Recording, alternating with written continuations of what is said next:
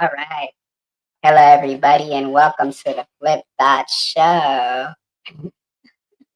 Uh, it's your host with the most, King Truth, Benny Bo, Hausenberg, the one with the word, the one with the flow. And today, man, we coming at you live at 12:45, and it's just a little test stream.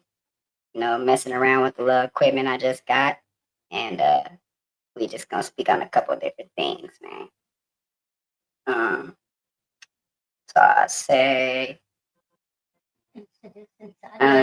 introducing Sadia in the back. She no face, no case. She don't want the no type of camera time. She just want the audio, her voice to be heard. So, we gonna respect her wishes, man. But she's right here with the other mic. So, I would say first thing we could touch on is we'll just kind of go dive right back into like where we left off.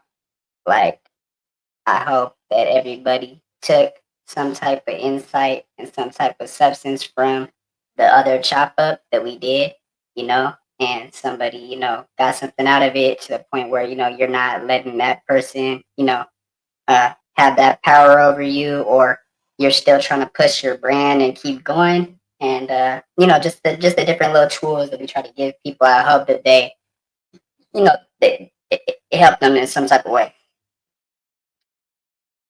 Yeah, I agree. Hell yeah. So, I would say this is part of the time too to, put out your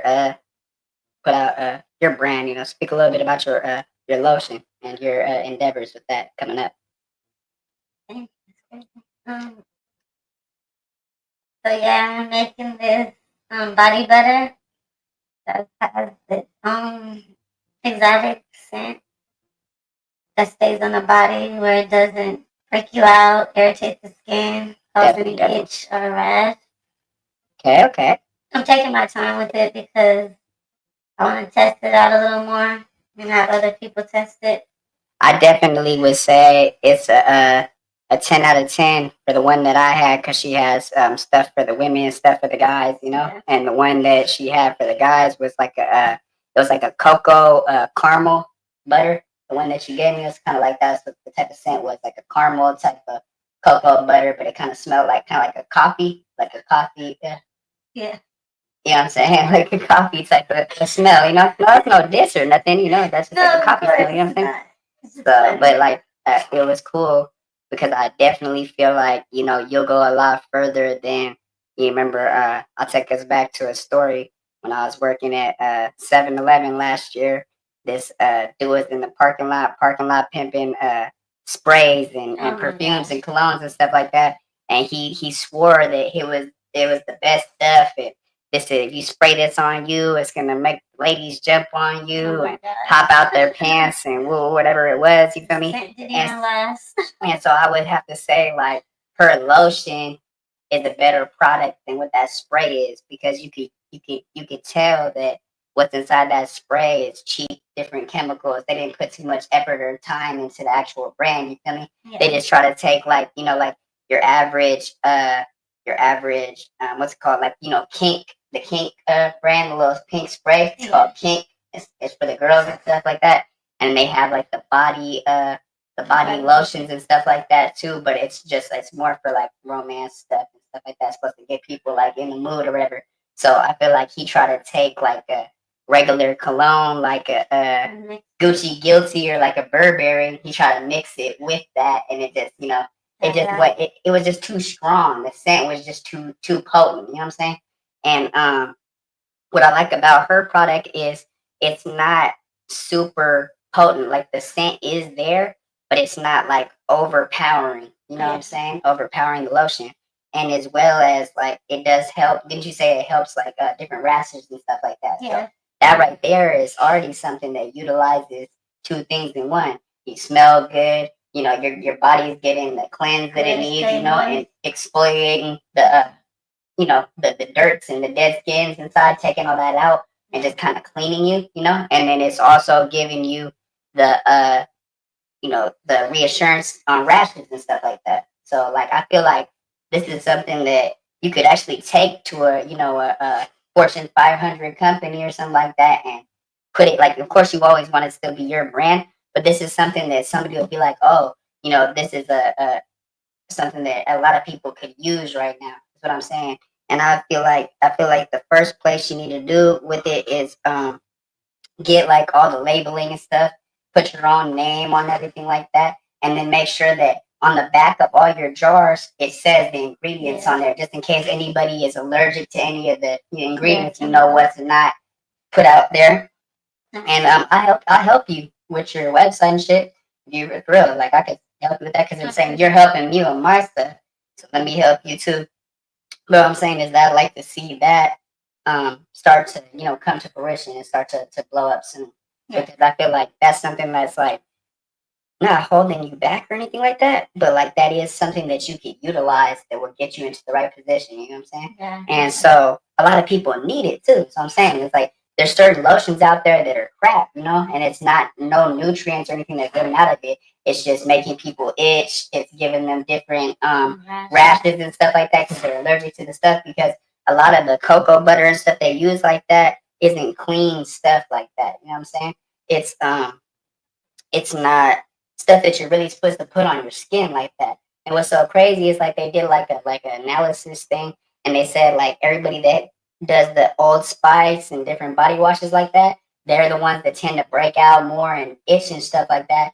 You're really only supposed to use like a lathered type of lotion type of body wash because that exfoliates the skin and takes all the dirt out. When you're doing these other body washes, all you're doing is just putting the chemicals on your arms, your back, whatever it is, makes you break out, makes you itch because your body is reacting differently to what you're putting on your skin. You know what I'm saying? And it's kicking it off.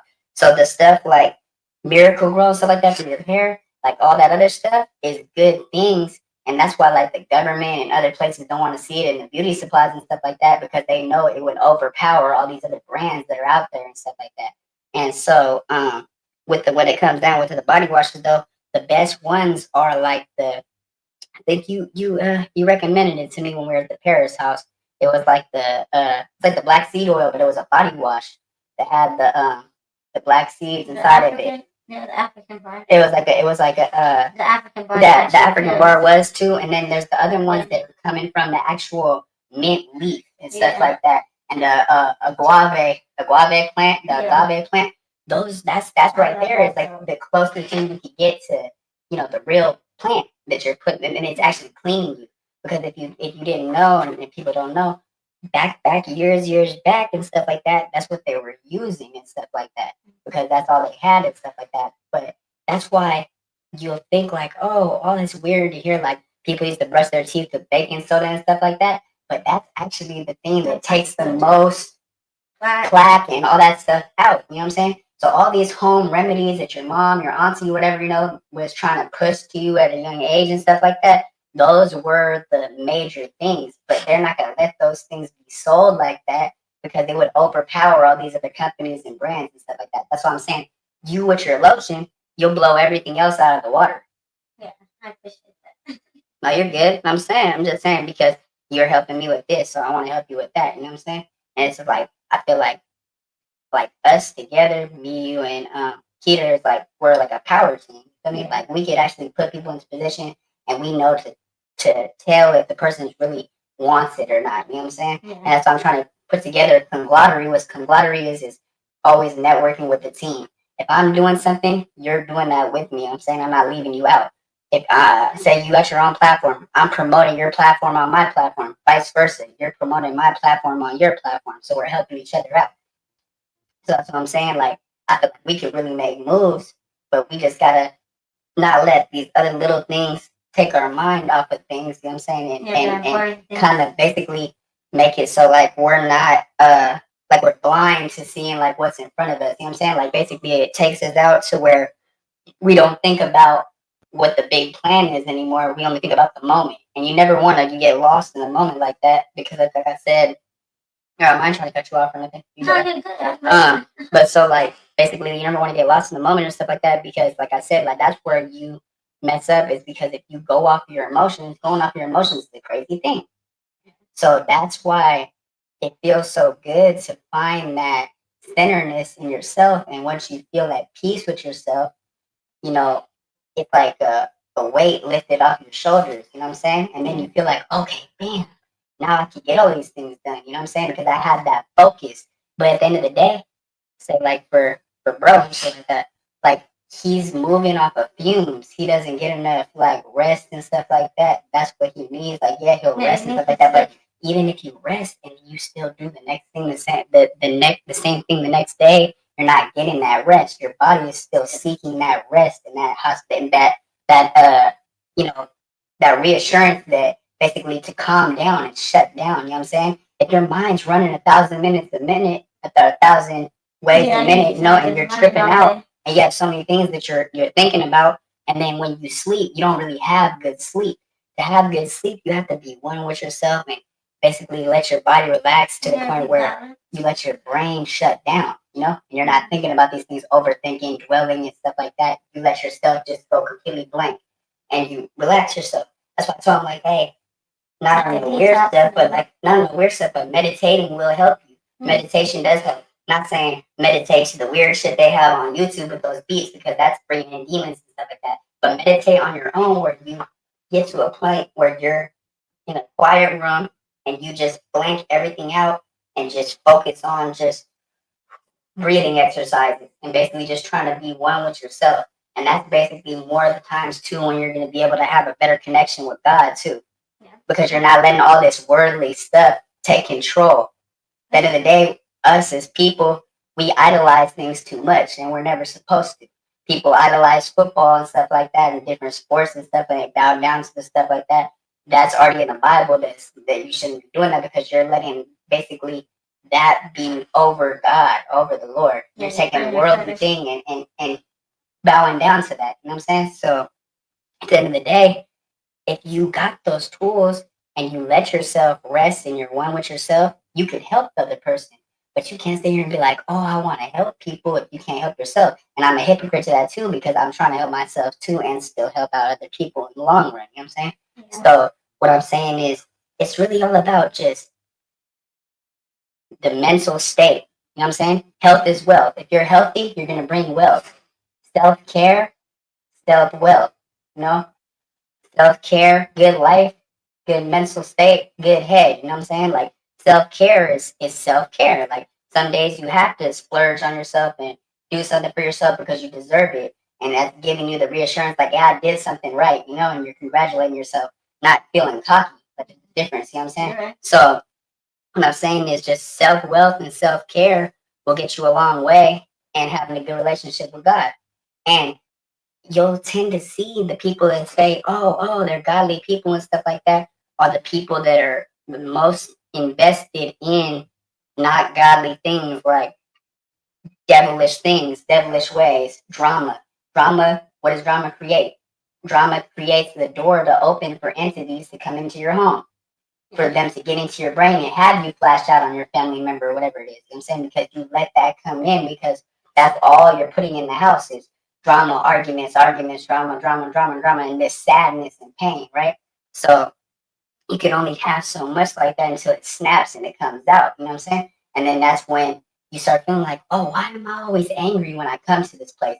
Because you made it like that. Mm-hmm. And at the end of the day, like, yeah, there is stuff like sage and stuff like that, but that only helps to a certain extent. And you gotta really look at which sage you're looking at and getting from the store because some of the sage that you get is not blessed right, and you're letting entities in your home even more. Yeah. So I don't know. I just like people be like, oh, you talk too much, Ben. Like, you know what I'm saying? Like, you don't know what you're talking about. And like, I don't know everything that I'm talking about, but I do research on everything that I tell somebody. Yeah. So it's not like I'm just talking out of my ass or anything like that. Like, I'm really trying to like have everybody see the bigger picture while I'm trying to find myself too in it. You know what I'm saying? Yeah. So at the end of the day, I feel like that's just the way that, you know, you could be stronger with yourself. Self-care, self-help brings the wealth. So as long as you're taking care of yourself, you could sit there and put that love and compassion and motivation onto another person. Mm-hmm. But if you're not able to do it yourself, you can't put your pressure on you and it still think that you can help somebody else out while you're still going through that. That's true. And so I definitely have to say too though that you helped me like kind of all throughout the years. You've helped me kind of like just like come out my shell more and just like like express myself more. But like you also like you're congratulating me even when I say like nah I fucked up, like nah I'm not gonna do this. You like you still tell me nah, like you're still doing good, like you're still doing this. Even if you didn't do it today, you can do it tomorrow. You know what I'm saying? It's always the next day. But what I'm saying is you always been big with me about like, follow your dream. Don't just like forget about it and just be like, oh no, I'm not gonna do that anymore. I'm not gonna pursue that. And so basically you always try to lift me up even when I'm at the darkest times. And what's crazy is like you could tell when I'm like lying and saying I'm good and I'm fine and I'm happy or whatever. And you could look at me and be like, bro, like I can see it looks like you're not eating like that. It looks like you're going through it, you feel me? Yeah. And that just means that you know me from like front and back and type of thing like that. From front and back. That's what I'm saying. Like you really know me like that. So that's why like I really take all the advice that you give me like into consideration. I really soak it up. So don't think that when you're telling me stuff, it's just going in one ear and out the other. Like I really do. I see the result. I really do, soak it up and stuff like that. And I do appreciate you always being like a supportive system like that. And like I'm blessed. Like I wouldn't have it any other way. Like I'm happy I met Kita. I'm happy everything happens for a reason and stuff like that. You know what I'm saying? But like I feel like we had to go through all those trials and tribulations to get to the glory road. And that's why I told her like, don't give up. Like we're almost there. You know what I'm saying? Like, just last year we were in a situation too, like where there's, stuff at the house and with a bad situation and stuff we didn't know we were gonna do. And then boom, I get blessed with this and stuff like that and stuff starts happening because we stayed down and waited for God's plan, you know what I'm saying? And we didn't give up and we kept going on it, you know what I'm saying? And now stuff's coming in, but God's only gonna be giving you the stuff if he sees that you're doing something with it. He doesn't want you to just be sitting here with a big nice house. A house isn't a home until you make it a home.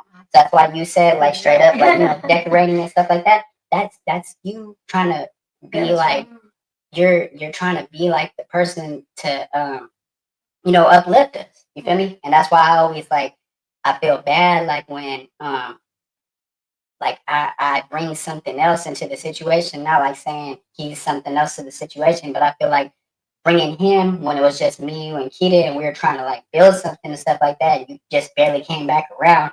Like when he first came, he even told me like I could kind of feel like like he's gonna come back and he's gonna want to just backtrack and just stay here, even though like I told him the plan was to get him on his feet, to get him his own stuff. You know what I'm saying? Like if he would have listened to me, he already would have been in position months ago. You know what I'm saying? So you were just looking out for him, something. Yeah, for sure. He's just in a dark spot. Yeah, for sure. Like big shouts to him and stuff like that. I just want to see him win. He wanted, but he don't want it as bad as he do right now because he got things holding him back. He wanted, but he ain't ready to chase it yet. He's still around too much negative. But I'm saying, I feel like, I'm just saying though, he should really take what you tell him, like, and soak it up because you've been through take it in when he falls. You've been through all that, but like when we said before, not to cut you off, but like, well, not to cut you off, my bad. No, like what we said before is you could only tell somebody so much. They have to do it on their own. I mean, they have to find their stuff. Just like I said, like going back to kid days when we were teenagers and our uncle or our auntie or somebody, a elderly figure, a authority figure, told us, "Hey, no, you shouldn't do it that way." I'm looking at them like, "You don't know shit, I'm gonna do it my way." You know what I'm saying? And that's the mindset. If you're in that mindset, nobody can take you out of that. You know what I'm saying? You have to crash and burn and pick yourself back up. Then you'll realize what they told you was to help you.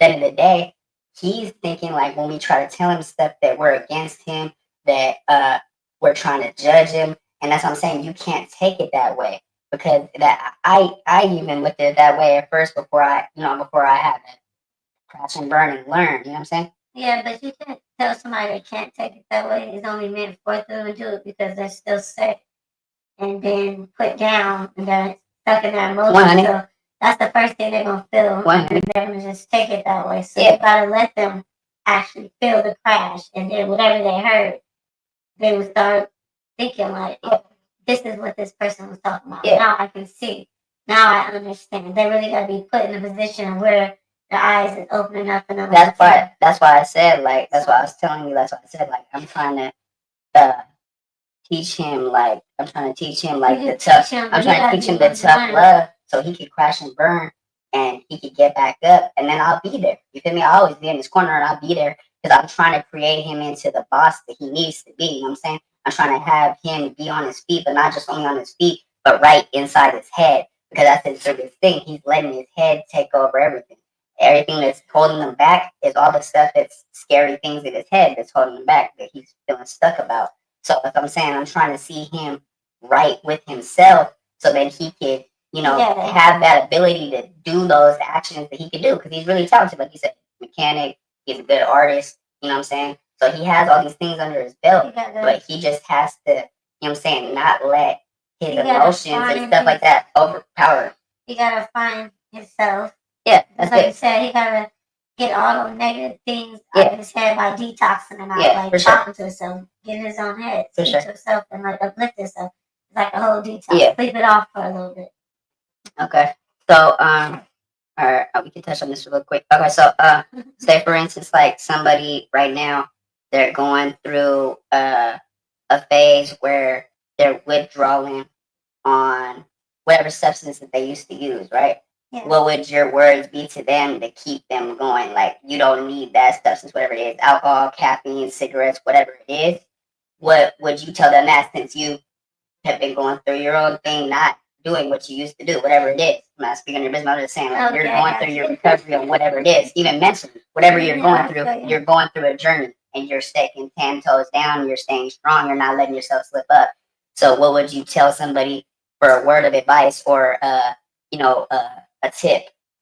Well, what I did is I never really liked doing what I did. I just used this excuse to do it, just to have something to do. Yeah. A dark moment. For sure. But I did a lot of dumb things, and I didn't like the dumb things I did. So only way it would stop if I stopped. Okay. So I have to find myself, like myself a little more. Is it almost like you have to find something that kind of counteracts with that, like something to basically something to do instead of that takes your mind away from it, like whatever, maybe it's drawing, maybe it's writing, whatever it may be? Is there a certain thing that you could look at as like a something to fall back on instead of thinking like, oh, when I want to do this is what I can do to take my mind off of it, that's a bigger power for me? Yeah, it could be all those things. What would one of those things be for you? Would it be writing? Would it be what's your comfort zone? Where's your therapy at? Instead of going to whatever you were going to before. Right now, my therapy, I've been writing. Usually I write, I draw or something like that. I'll stretch, work out, or even dance. Lately I've just been chilling, thinking, not overthinking or like stressing myself out with the negative. Mm-hmm. I've been thinking and praying and taking myself to Oh, you heard that? Yeah. I think to put myself in a positive. You get away from the mic, it's like a little. Oh, okay. I try to see the best outcome, like where I'm headed, not where I was, and where I can be headed if I keep some things out of my life. And I have to see all the darkness that all the drinking was bringing into my life. So when I seen the darkness, I was like, I gotta get away from that. Because this is what it's making me doing. It's only making things worse. So I keep giving myself an excuse to do it, thinking it's better and things for me, my anger and my pain, but it's hurting the people around me. And then when I'm hearing how bad it hurts them, it hurts me more to see that or hear that because I know that's not me. And that's not the person I want to be looked at. Like, I don't want to be looked at like that. That's just not me. I know I'm a good person, so I'm going to talk to myself, get myself back there. Okay. Now that's definitely empowering for everybody, because that's definitely like you're giving them a key tip on how to not let that control them and then go back to wherever that temptation is. So I'll say this is just a no, go ahead. I think I've been doing pretty good. No, for sure. I definitely sure. Hold on.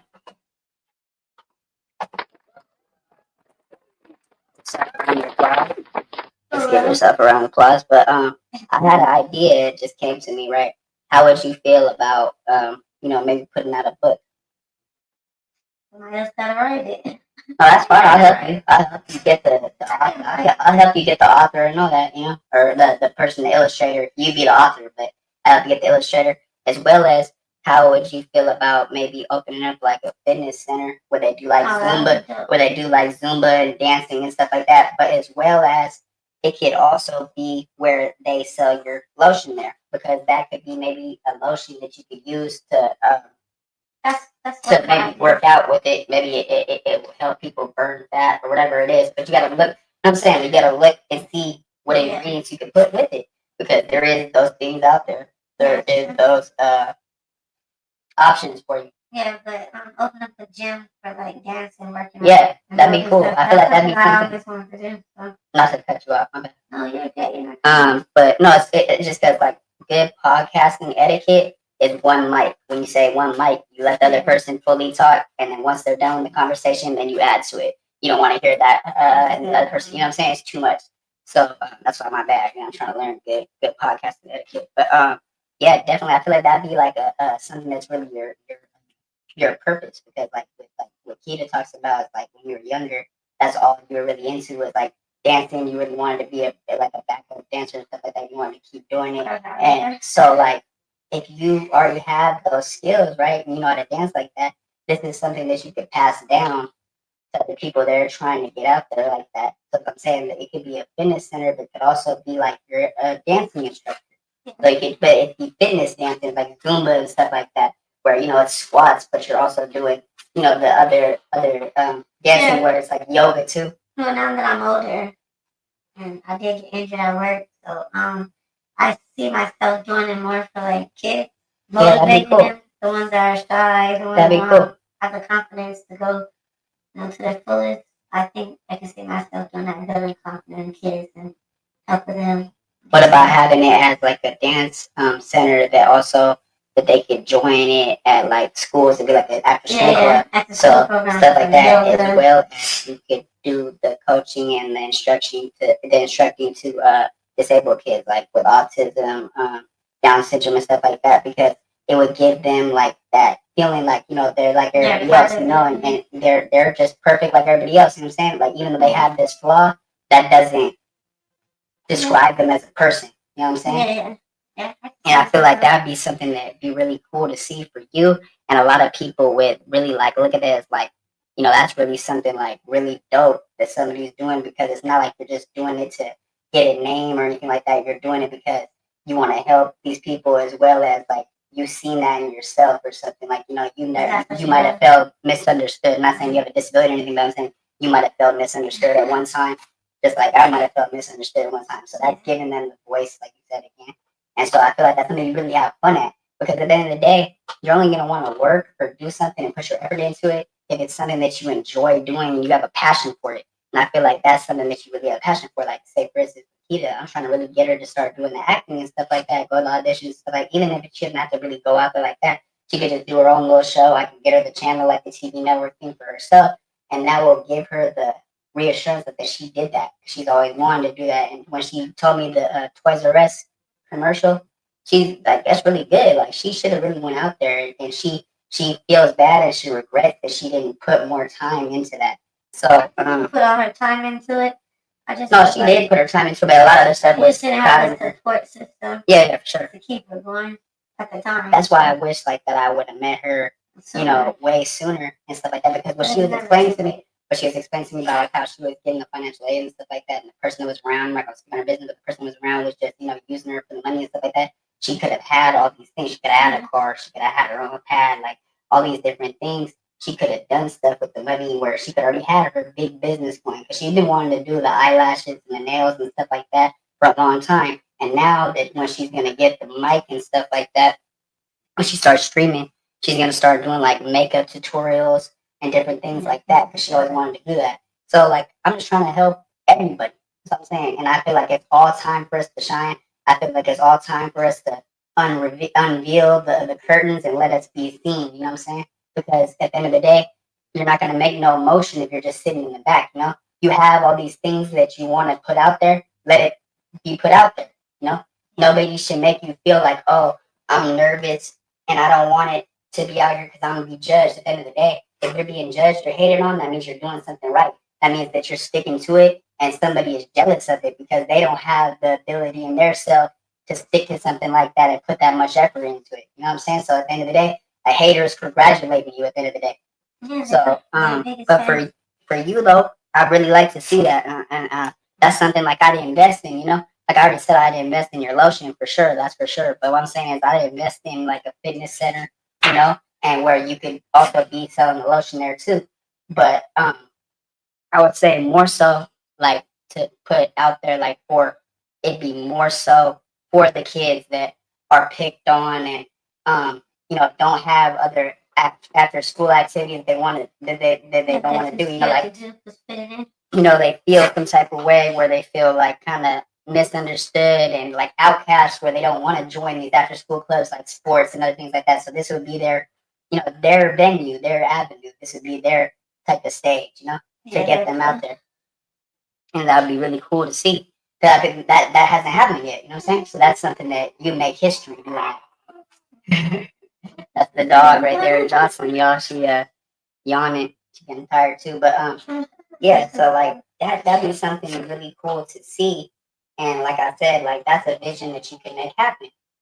Um, and I feel like it wouldn't really take that many tools to do it because a lot of people, like community people, like schools and stuff, would back you for it. They would help you with that. You know what I'm saying? You get your voice out there, like with it, and you start talking to like the mayors and other officials, like Marietta, Temecula, whatever it is, and all the school districts. And you say like, I have a business right now. I'm trying to open up this fitness center, but it's also going to be an after school program for the kids to come by. It's like let's just say like you just go and get your average like building that's maybe like not even a ball, a little bit bigger than like a ballroom type of building, which is like where they have like dance halls and stuff like that. And you just get the equipment. You get all the equipment, we start putting the machines and maybe just have like at first to start with like treadmills and stuff like that. And then you get all the mats and stuff like that. And you go to these places and you say like, I'm not asking for funding or anything like that, but anybody that wants to invest in this, you know, feel free to. And reach out to the schools and stuff like that. My mom could reach out to people too because she works with a lot of different school districts and stuff like that out here, San Diego, Las Vegas, whatever it is. Where you could get some of the funding where you don't have to do it all out of pocket. You know what I'm saying? Because there'll be like a community thing, and at the end of the day, even it might even be somewhere where like you get a tax ID number for it, where people could go there for like if they need hours for court. But that's an activity that they have to do. They have to go do this yoga class with you, yoga and Zumba class with you, and they could write it down like as hours for you and shit. So that's what I'm saying. Like you could really help people in the system with that. Even people like that maybe are in foster homes that don't have activities to go to that they feel like it's gonna be crowded with gangs and stuff like that, or whatever it is, and that they feel just unsure about it because they're nervous because all the people are judging them and stuff like that. This would be like a comfort environment for them, a comfortable environment for them. So I definitely help you put that into fruition for sure. Yeah. And I feel like it would be cool to do it in like maybe Temecula or Marietta. Yeah, pretty good.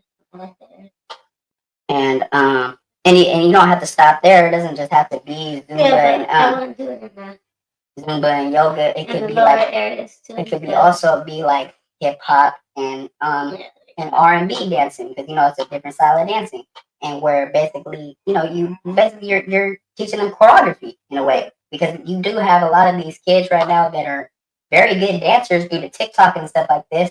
And if they really put something out there with what their talent is, and somebody really put some time into them, they could really go far with it. And so like basically is that's what you see right now with this generation right now with the kids is I feel like we lost the kids to like live streamers and TikTok. Kids don't want to go outside anymore and play football. Yeah, it's a dangerous area outside now due to gangs, whatever it is right now, because the world's a crazy place. But I feel like really they're more into being behind the screen and looking at their tablet or looking at their video game to the point where it's desensitizing them to not want to go out there and see nature, to not want to go outside and you can get some fresh air. Because even when I was a kid, and I'm sure like you were around too, but you're older than me a little bit, whatever. But I'm just saying, like, we kind of grew up like, I mean, like, more so with Keita, like, she remembers this something too. But like with Nickelodeon, they had each day, like, one day of the month, it'll be uh go outside day, and they make the kids go outside for 5 hours. There would be no shows on, and it would just be on the screen. Go outside and play. That needs to be portrayed out there more. That needs to be spoke on more. That needs to be shot out to more, because um, we're losing the kids to video games. Like, we're losing the kids to just going behind their screen, and they're getting so desensitized that they feel like that's all that's there, and that's why you say, hate to say it, but that's why you see a whole lot of more violence in the early teens, and more of the youth and stuff like that, and these school shooters, because they didn't learn that from anybody else. They learned that from a game, because it desensitizes you. It makes you feel like you feel empowered by this, like you're shooting somebody in the game, but it's giving you that adrenaline rush. And if you're getting bullied at school, of course you want to take that off your shoulders. So you're feeling like, oh, if I could do this in the game, I could do this in real life. And that's a bad message to the kids. You know what I'm saying? And at the end of the day, the developers for these video games, they don't care about the kids passing away or nothing like that. You know what I'm saying? So I feel like the biggest thing that somebody needs to speak up on is trying to get the kids to go outside more, trying to get the kids off their computer and stuff like that. And I feel like the people that are leading the kids right now, the people who should do it, is live streamers like Kai Cenat, Aiden Ross. This is something that they should put in their um in their content. And like, it's cool to play Fortnite and play the game all day, but like today I'm doing a 24-hour stream where I'm outside, I'm playing football with the people. But all the kids, I suggest and encourage you to go outside today and go do this with your friends. Get out, get some air. You know what I'm saying? Yeah. And I feel like that'd be a cool thing to see. You know what I'm saying? But at the end of the day, big major corporations and the high elites. I'm not gonna say the LUU, the ILLUMANTI, which is the high elites. Yeah. But like, that's who runs stuff. You know what I'm saying? And if you really see now, what they're trying to put in the pot right now is they're trying to teach these kids, oh, it's okay to want to change your gender at a young age. But it's almost like that's not what they're feeling. But if they're seeing that and they're watching that all the time, and then they're feeling like outcasted, they feel like that's what it is. Because at the end of the day, I don't care what nobody says, because I know a lot of gay people and stuff like that. They were born like that, homie. At the end of the day, you're born like that. Nobody just goes to that. And maybe you might experiment and stuff like that and be bi, but anybody that wanted to be a guy or a girl or a boy that want to be a girl or a girl that want to be a boy, they felt like that ever since they were born. That's how they felt when they were young and stuff like that. So all this like, oh no, they just they're thinking about it now, they're changing their mind and stuff like that. That's propaganda to put in your kid's mind, and that's okay. Why are they teaching this in schools? I understand that kids should be educated on it, but maybe wait till they're in high school. They're literally teaching the curriculum about LGBTQ stuff in elementary schools. They're teaching satanic spells and witchcraft classes for an after school program called Dungeons and Dragons, entering the satanic realm at elementary schools in LA. And this is something that it's just sad to see, bro. And people don't understand how much Trump has control over all this stuff, that he's getting so controlling to the point where he feels like he's playing God now, where he said he wants to take out of all the history books, everything that happened with the slavery out of the books, and that's not even taught anymore. And I feel like that's bull, because the kids need to learn about that. I learned about it. I learned about the Jim Crowley thing, the Jim Crow, the whole thing and stuff like that. And people used to tell me like, oh, like you're not that racist. Like you're trying to be too invested in that and stuff like that. Like, why are you so big on Martin Luther King and Malcolm X and stuff like that? At elementary school, I was reading the books and stuff like that, because like I understand the civil rights stuff. You feel me? Like I understand them being so, felt like outcasts to the point where they felt like they were just animals basically, and they're being treated so badly that they wanted to fight back. And at the end of the day, that's how it's always been with every race, though, really, because at the end of the day, we're not supposed to like each other. Anybody, we're not supposed to like each other. The government doesn't want to see that. They want to see depopulation of the world. There's too many people. So if people start dying off like coronavirus, why do you think Bill Gates sat there and said, "Oh, what's something that can depopulate the population within numbers really fast?" And they said, "Oh, a world war." And he said, "No, a national virus, a national epidemic, a pandemic." And then what happened? And that's what's so crazy. That was 6 months before the coronavirus was put out there. Now I'm gonna let you in on some real deep top undercover stuff. I was talking to an Uber driver that worked for the CDC, which is the people that, the medical people that are behind walls for jails and prisons and stuff like that. But they're also the people that work for Dr. Fauci, which is the people that put the medicines out there. And you remember with COVID and stuff, Dr. Fauci was talking and stuff like that. So he was told to sign like a NDA to never speak about anything that was spoke up in the lab or anything like that. He literally told me that they had a chart to where they said, this is how it's going to start. We're going to do mass hysteria. We're going to take all the toilet paper and all the paper towels out of Walmart and make it so like it's a shortage on paper towels, hand sanitizer, and toilet paper. That's going to be the first step. They had steps. They had a chalkboard with a blueprint on how they were going to do this. And I'm looking at him like, whoa, what? And he's literally breaking it down to me like, yeah, basically they had somebody come in, they gave them the COVID shot to see how it would, how the person would react. And what's so crazy is they said, and this is what's true about it, and it's so crazy because like I don't want to condone it, but they said like anybody with a high immune system, right? If you do like substance like powder and stuff like that, it kept you away from the virus because it's only eating on those other cells. And if you know like what you do, it goes into your sinuses, it actually opens up your sinuses and your pores or whatever, so you won't be susceptible to a lower immune system level. So it won't attack those white blood cells, only the red ones. So that's why they were saying, like on the news, like, oh, if you're on that substance, you won't be, attacked by this virus.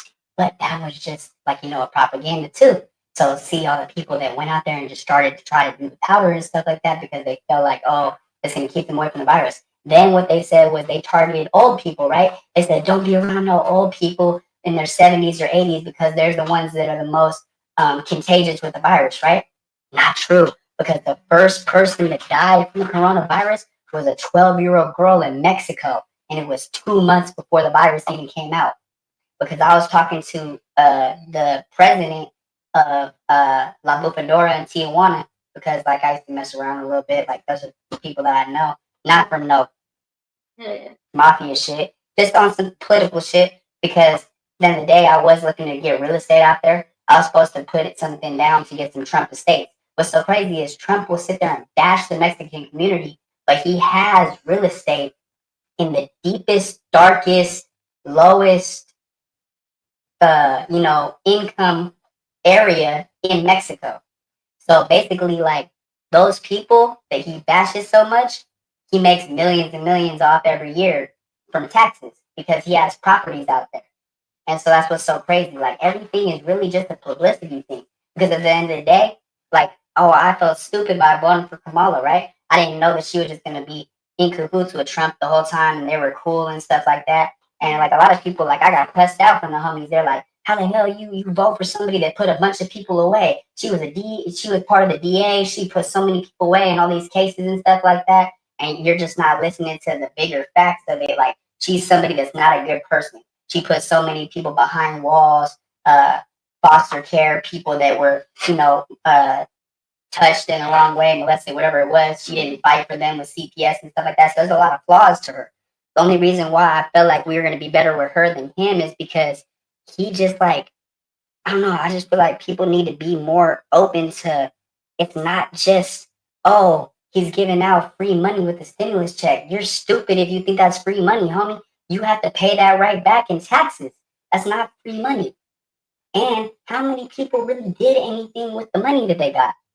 What can they show for it? With the stimulus checks, with the EDD a couple of years ago, people just were blowing it, buying bottles, buying crab boils, buying cars that they don't even own anymore. I'm just saying though. So like at the end of the day, it wasn't really that big of a thing that he did. You know what I'm saying? And I really feel like the biggest impact that any president had on us was Obama.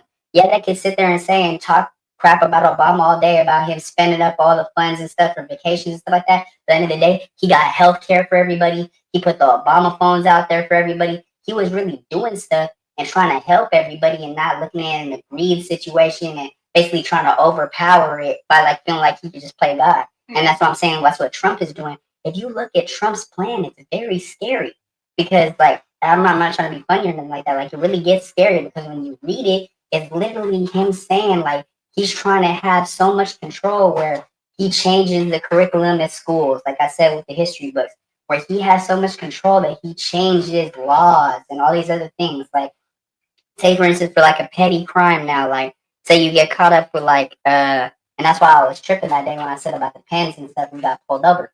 Because now if you get caught up with THC that's concentrated THC, what that charge is they charge you as a controlled substance charge, like as if it was heroin or fentanyl, because it's a controlled substance. It has wax in it. It's not just marijuana. It's not just the tree.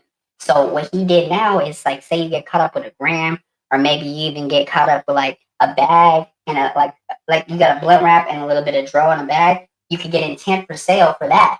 It used to be like you only get intent for sale if they find at least 4 or 5 baggies on you and over an ounce. That was the law, right? So now he's making like it's just basically it's scary now because people can't mess up anymore. People can't mess up anymore because right now everybody they if they do mess up, they just fall right into the trap. Yeah. And he's looking at shit and he's trying to run stuff like he's a dictator and like a dictatorship. I don't know if you know who Fidel Castro is, but he's the Cuban guy in Cuba with the big cigar and stuff like that. Yeah. Kind of like chubby dude with the long beard and shit like that. He did do some business with Ronald Reagan and Bill Clinton and stuff like that. And they had a deal with Cuba and stuff like that. So he's trying to run America and the USA like a third world country, like Mexico or Cuba, with like a dictatorship. Yeah. He's trying to make it like how China is, on how strict China is. If you go to China, if they find out that you're talking about any of the laws, like say what I'm doing right now, like this is freedom of speech. That's why people can't really complain about being in the USA because we have so much freedom. Like yeah, a lot of stuff is capped. Like it's still a holding on it, like they still can grip you by your balls, basically, like they still have you, like you don't have so much freedom, but you have enough, you know what I'm saying? Like take it back, like you put yourself in the shoes of somebody in China. If you speak on the government, they cut your head off, they kill you straight up like that. If you have too many children in a house, you have to kill one of the children because it's too much of a population to have in the family. Like these certain things, this is what he's going off of. He's going off of dictatorship, things like China, Japan, Cuba, stuff like that. And that's not somebody that we need behind the White House. You know what I'm saying? At the end of the day, yeah, politicians are crooks and stuff like that. But at the end of the day, like I said, like you could say all you want about Obama, but he did way more than any of the other presidents in his short period of time. In his term, he got so many things done that George Bush didn't get done like that. Trump didn't get done like that. Biden didn't get done like that. At the end of the day, like he really did help out a lot of communities. He did help out schools. He did help out healthcare, give everybody free healthcare and stuff like that. And Michelle Obama, kudos to her too. She sat there and pressed the issue that when she seen kids become more and more obese, she pressed the issue at the schools in the school lunch to take all the trans fats out. Like, yeah, that might have looked like at the end of the day, like when I was a kid, like, what the hell? That sucks. That's gay. Like, why are they doing that? But in the day, like, she was trying to help everybody not be obese, like in a health way. And she was preaching that at that time. So I'm saying if that could be orchestrated the right way now, today, and there could be like, say me, myself, like what I also want to do too, is what I went to Riverside City College for a couple months when they kicked me out the class, was a public speaking class. And it was giving me like the tools on how to really have a professional conversation when you talk and stuff like that. Like how you're supposed to basically go and put your point out and then let the other person talk. And then you don't just say your opinion right away. You say, okay, well, this is kind of like my view on it. You never say like, oh, this is my opinion on it because you're giving it too much power where basically you're saying like, oh, it's only one way to look at it. Like I'm looking at it one way. No, like I'm an open box. I'm looking at it your way and my way, both ways. You know what I'm saying? And if people look at it like that when they speak, so many things could be resolved. Like I said the other day when we were having that conversation, the reason why there's so many deaths and stuff like that in Chicago with these rappers that are really going up and stuff like that, like King Von, Rest in Curtis, King Von. Like I have homies that are uncles with his people and stuff like that. And he said he was a real one. Lil Durk, all those people like have people in Chicago that mess with them. And they're cool people, you know. But they said the biggest problem is it's deeper than what it really is. These the YNs, you know what I'm saying, like the younger heads, they're beefing to the point where they used to be very close and like best friends, but they never sat there and got to the bottom of the beef, you feel me? And actually got to sit down and resolve the shit, you feel me? And see that they're both similar. Both of them are similar and they're not that much different, you know what I'm saying? And so that could have prevented a lot of deaths. That could have prevented a lot of different relationships being ended and stuff like that. And that's what I'm saying. People need to tune in and tap in with the mental health. When they see an artist crying out for help, they take it as a clout move and make fun of them. That's not what it should be. It shouldn't be frowned upon when somebody is saying, hey, look, I'm crying out for help, but I'm not doing it as an attention seek. I'm really sitting here saying, like, hey, you know, you guys are my fans, so I want you to hear me out. Like, this is what I'm going through. I'm not doing it just to go viral. I'm not doing it for clout. I'm not doing it because I just want to be heard. This is something that's burning inside me that I gotta let out. You know what I'm saying? And that should be congratulated, and people should tap into that because that's what people are dealing with. That's what the younger heads are dealing with. Like somebody said the other day on an interview, it's stupid for all these young heads to have guns and running around shooting shit if they have no beef really, and they're just creating beef out of nothing just because this person maybe say and a lot of the times it's over a female and stuff like that. It should never be that serious, even when it's not even gang politics. Let's just go back to the rule book and in general. You're never supposed to sit there and beef with your day one over a female to the point where you're killing them or you're pulling guns on them because she put that into the equation. She controlled this, whatever it was, but she basically made it that. You know what I'm saying? Yeah. But then maybe once you're not messing with her anymore and you see it that way, you still don't go reach out to that person and say, "Hey, dog, my bad. Like now I see it the other way. Let's squash stuff." No, it's like when I see you, it's up. I'm up in the blower. I mean, that's it. There's no guidance. There's no conversation. People are confused. There's too much misconfusion and miscommunication. Nobody is on the same page. And so I'm saying, like, say for instance, we have people like myself and you and stuff like that, other people like maybe like Tuisi, who's been through these things that could be a public speaker.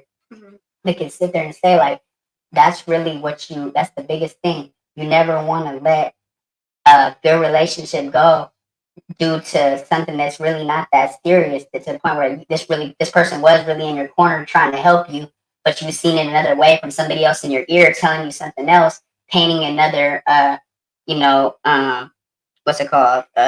Another narrative that you believe, but it wasn't written. It wasn't real. This is just what they're portraying for it to be, so that you turn on that person. You know what I'm saying? So I feel like that's what's really what I'm really big on right now. It's like anybody that I had any type of problems with, if they were somebody that really was somebody that wanted to see me succeed and stuff like that, I'm willing to sit there and have that conversation. I'm willing to sit there and mend that because at the end of the day, you don't know if you'll ever talk to that person again. And this is somebody that you might really be close with, and you'll regret if they do pass away sudden, whatever it is, knock on wood, hopefully it doesn't happen. This is something that you will regret and put on yourself and feel guilty that you never reached out. You know what I'm saying? Because at the end of the day, I feel like these are the days where we all need to come together because the devil wants us to see us divided. He doesn't want us to be close with our family. He doesn't want us to mend relationships with our family or whoever it is. He doesn't want us to be together because when we're together, we're more stronger than when we're alone. You know what I'm saying? And like what God says with the turn the other cheek stuff, that's real stuff. Like I feel like you're more of a man if you could sit there and de-escalate a situation and not have to fight and not have to get out of character. Because at the end of the day, wherever you're from, I still say, yeah, wherever I'm from, I'm still a man before any of that. So I'm gonna act accordingly and I'm gonna be, you know, I'm gonna show that respect and not let myself get out of character for something that's not serious. You know what I'm saying? Because at the end of the day, that's what the other person wants. They want you to stoop to their level. They want you to get out of character because they call it like basically getting your goat. like getting your goat. Like the metaphor is like, say like there's a farmer and there's a bunch of goat and a bunch of sheep. That the sheep or the elite or whatever, and the one goat, like he's learning from the sheep and he's not following the others. But then somebody else puts him down and says something to put him down. Now they got your goat. So basically, it's letting somebody kind of, make you feel like you're down. Like basically make you feel you're lower than a snake's belly, which is another metaphor to make you really feel down about yourself, like putting you down basically. But you're giving them that reassurance that they did take that from you. At the end of the day, you smile in their face and kill them with kindness. You put a mask on, whatever it is, you don't let them take that from you or, even give them that satisfaction to make them feel better about themselves by them, putting you down. So what I'm saying is like, I want to do like classes like that where it's just like really like that's just really how like if there was a way to sit there down with people and really explain to them like this is how you should map out your stuff, this is how you should try to like this is just it's like tools basically. And like basically just like, you never let nobody get you to stoop to that level. It doesn't matter if they're calling you a bunch of B words, they're calling you out your name. Those are just words at the end of the day. Don't let that take you out of your glory. You feel me? Don't let them take you and put you 6 steps back and make you have to go baby steps again and now you're crawling when you were just walking. You feel me? So at the end of the day, and that's why I said too, it's a very true statement when I say you're not going to receive as much love from your city as you would all over the world. The UK, Europe, Italy, these places and stuff like that, Paris, Canada, all these other places, they're going to tap more into your content, your music, whatever it is, because they don't hear it all the time. Yes, they might have that genre where they're at, but they want to hear something new. So that's why all the underground artists need to not feel like they have to just stay local because you're not ever going to make it so big if you just feel like your only audience that you want to tend to is your city or your town or your state. You want to go global with it. You want to have everybody else hear your stuff because those are the people that are really going to be showing you love because this is like a treat to them. Something they don't hear all the time. So I feel like that's really like guidance to give to anybody for whatever they're doing. Maybe it's movies. They're trying to go international with their movies, photography, modeling, just content creators in general. Don't feel like you have to just circle yourself out just to one audience. You feel me? Because at the end of the day, like when I look at my analytics, it's crazy. I got people in Turkey and what's the other place?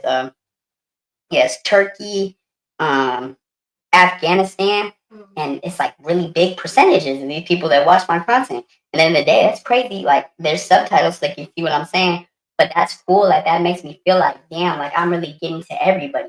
Like my content isn't just going to the U.S. Like it's going all over the place, and everybody's taking their time out to really listen to what I'm saying or whatever it is, and that just makes me want to be more motivated to keep going because I want to help other people get to that point too, to see that they have to tap into that audience. And another thing too is always have legal representation with you when you're about to be signing something in the music industry. I got finessed a lot when I was a young pup in the game or whatever because I used to help club promoters sell out shows and to sell the tickets for them and stuff like that. And I didn't get paid for any of the gigs. I didn't understand that that was wrong.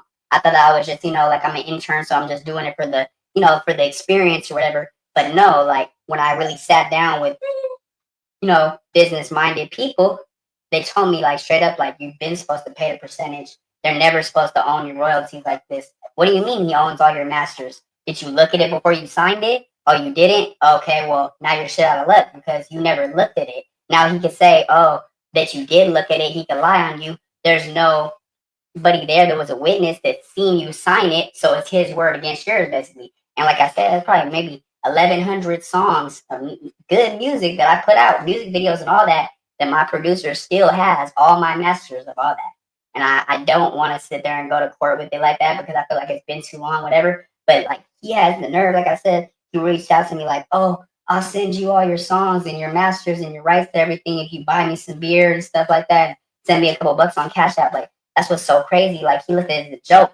Like he has that much power over me, but he doesn't. And that's why I told him like, oh, whatever, bro. Like I'm not even tripping on that stuff anymore. You know what I'm saying? That was in the past, whatever, Like end of the day, do whatever you want with that stuff. Like I'm making my own other music now. I didn't need your production. Like I got my own production. Like you know what I'm saying? Because he got mad at me. The only reason he did that was because he's seen everybody predominantly kind of falling over to my uh map and my path. Like all the people was going to his studio at first, but then once I took all the game that he was giving me, I set up my own studio at the house. So now I got like 6, 7, 8, 10 people coming from school. Instead of going to his studio, I'm producing them for a lower price, so they're going to me.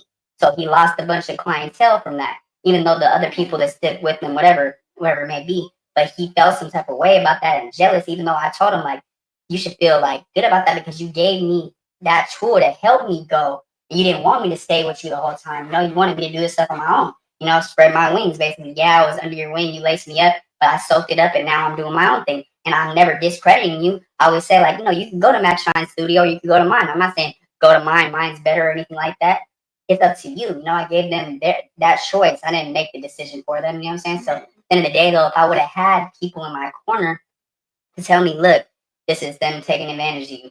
This is him trying to keep control. This is him trying to guilt trip you and say like, oh, you're trying to take my clientele. Now I'm short on deals now and stuff like that and putting all this on my back when it was a good thing that I learned all that and try to help other people with it. You know what I'm saying? Yeah. So like anybody that's coming into the game right now, that's what they need to know. Like stay with people in your corner that are business mindset ready that will have legal representation with them when you're about to sign something very important like that won't let you be deceived by a club promoter and finessed by a club promoter by them saying, oh yeah, we're gonna play your song all night, we're gonna run it a couple times, and all you have to do is you have a 20-minute slot and you can perform 4 songs, whatever it is, but all you have to do is you sell 150 tickets for us and you'll be good, right? See, like we opened up for a heavy metal band. They fucked us by that because they know that crowd wasn't there to listen to our music. They were listening to rock and heavy metal. So how are you gonna have a heavy metal band come out before us? Now the crowd's like kind of turned down, like what's going on when we come out? When you told us like this is our slot, so they already finessed us like that. And like big shouts to my stepdad Carmine that went and made the hot sauce. He's the one that kind of had to hype up the crowd. He got up and started dancing and stuff like that, and he kind of surfed the crowd out, and so then they started feeling the music more, and like there's the impact on that. If he didn't do that, they were booing, they weren't listening, whatever. And this is my first show, so you feel like you feel a little bit self-conscious and stuff. There's a bunch of people watching. I mean, I'm not gonna say it was hella people, but it's like maybe 85, 90 people. You know what I'm saying? It's my first time performing and stuff like that. And so it's already like a lot of pressure on you. And then so when they're looking like they're not interested and they're not in tune to it and they're kind of like, whatever, just kind of moseying along. When he got up and started dancing and stuff like that, he put the energy into the crowd. But what I'm saying is like, say for instance, that should have never been something that happened because literally they were just taking advantage of our kindness and basically they didn't have somebody perform and they wanted they didn't have somebody to sell all the tickets and stuff like that. And they didn't have somebody that was really pushing their, the club like that and selling the tickets. So they seen us young kids, naive in high school, whatever, we're gonna take advantage of them because they're like, oh, this is us giving them a shot. That's what they're gonna think. So they're not gonna think about it. No, they're not gonna pay it no mind if we don't pay them. You know what I'm saying? So just stuff like that. That's stuff to always keep behind. Keep in mind and stuff like that when you're going into the music industry. And definitely with the music industry too, sometimes your friends won't always be your friends. They'll turn enemies because a lot of times when say like I used to do industry nights and stuff and I take people, the producer would take people or whatever, certain people would get mad at the other people that are there because say like if there was industry nights basically is like a talent show where you go up there as the open mic night and there's a bunch of different record execs there to watch you and stuff like that.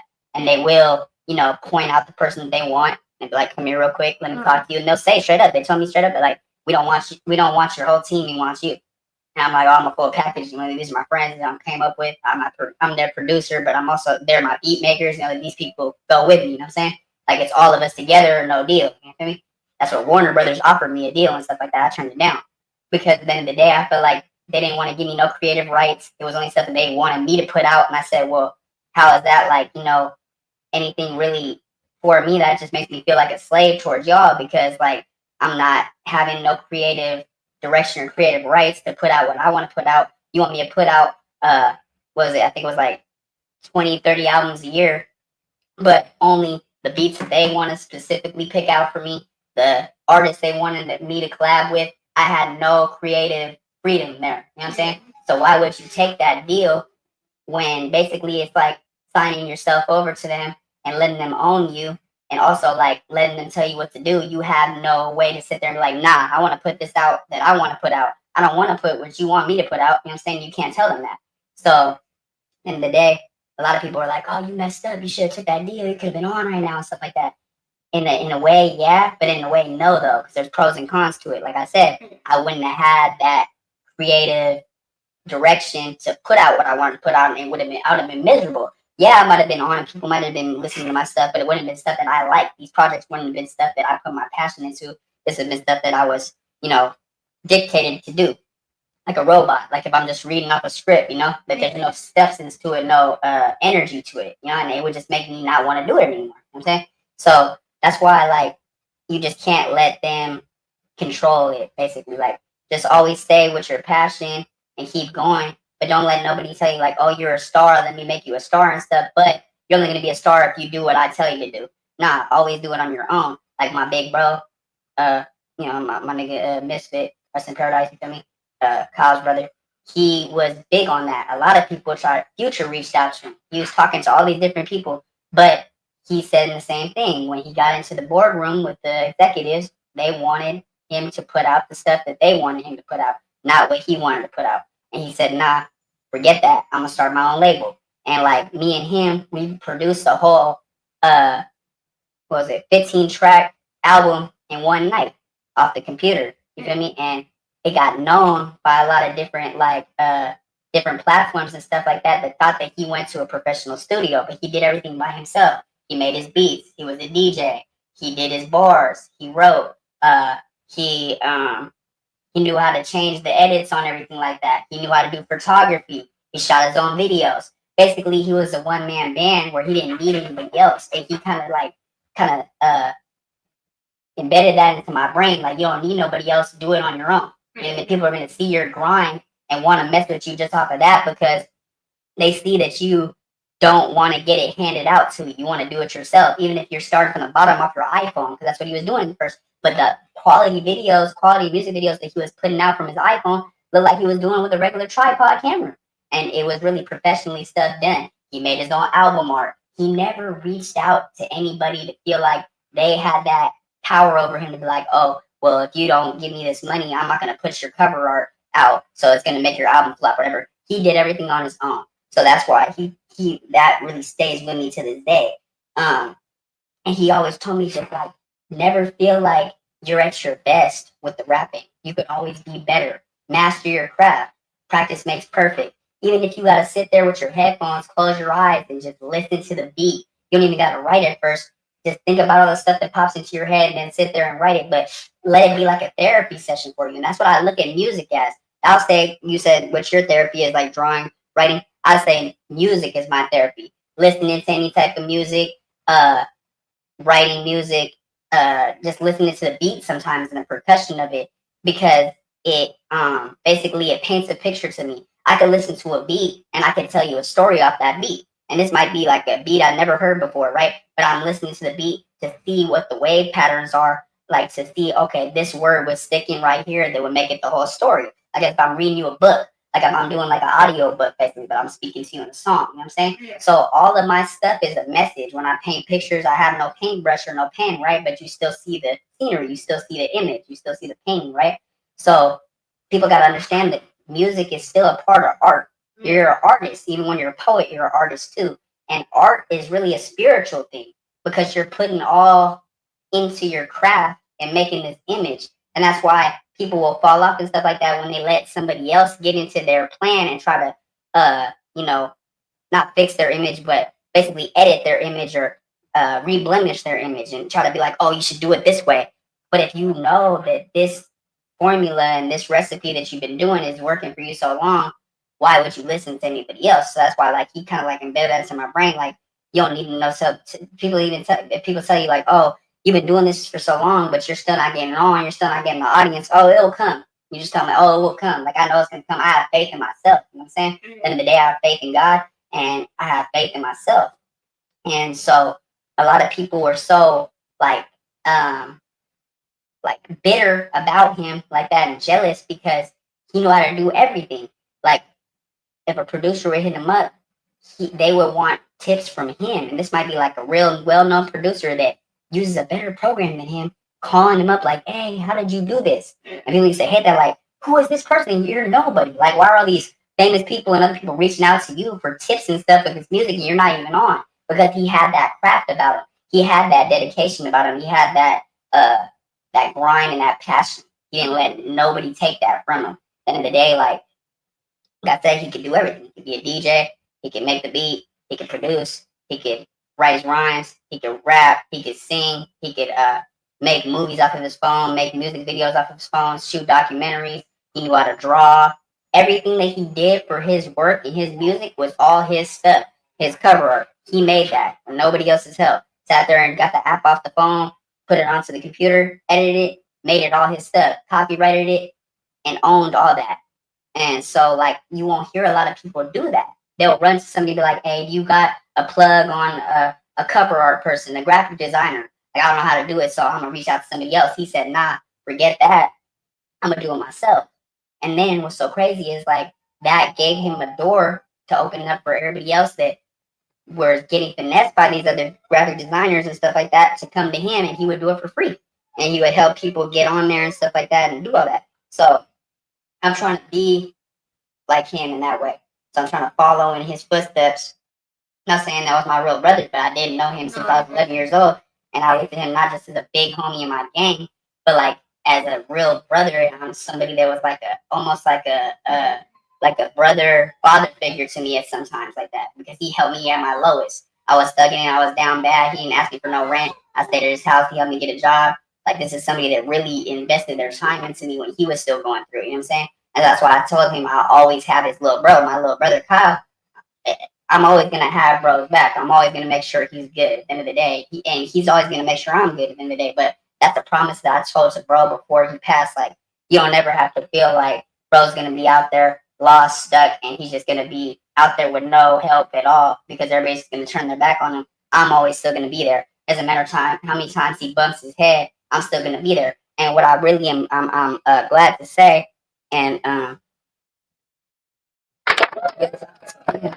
he's working now at a apprenticeship at the fire academy where he's working on like setting up the sprinklers and shit. Like the firefighters they set up the sprinklers and stuff for the fire hydrants, and he gets 28 an hour now, and that's good to see him doing that. And every single time he tells me like it's getting so hard, I want to go back to the hot shit. I want to go back to stamina. I tell him, nah, bro, like you've been this far. You got out. You did that year and a half. You did that 2.5 year bid. You don't want to go back there. You remember how much that hell was? You remember calling to me from a jail phone, all that stuff, and you feel like nobody was there. You don't want to put yourself back into that. And he says, like, thank you, bro, because nobody else is telling me that. You know what I'm saying? They're saying, fuck it, go get it the easy way. You know what I'm saying? So basically, I got to commend him that he's been strong enough to not let himself go back to those ways, stealing cars or, just a quick come up. He's really had to get it out the mud. He even had to sell his Xbox the other day because he had to pay the mortgage and stuff like that. So they even had to pawn some of his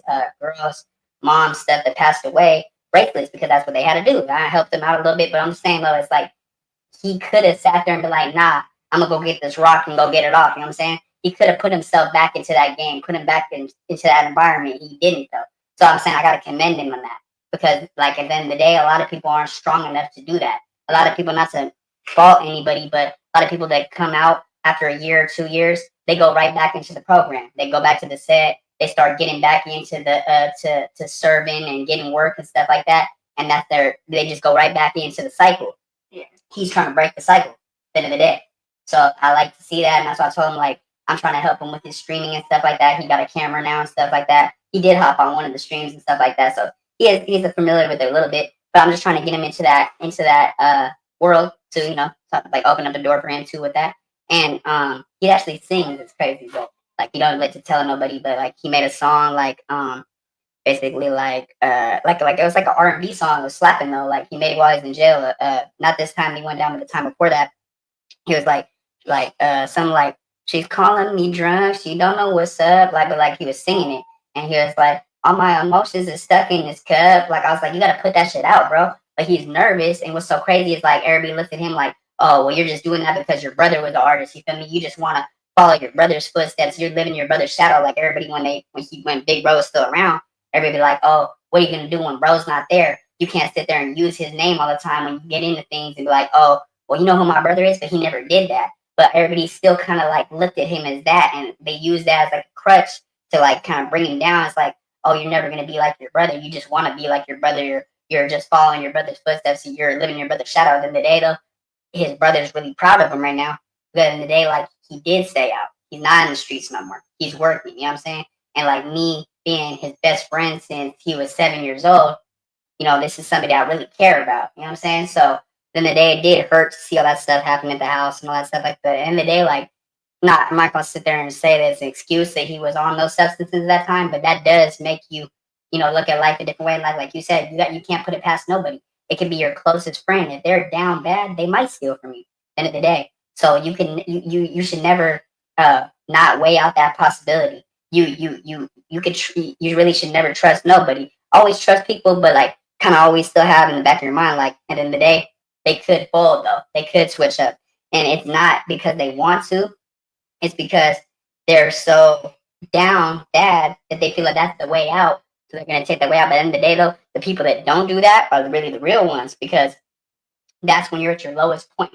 Like say for instance, like you asked me, like say I'm down bad right now and it's not like how it is right now and I'm struggling, right?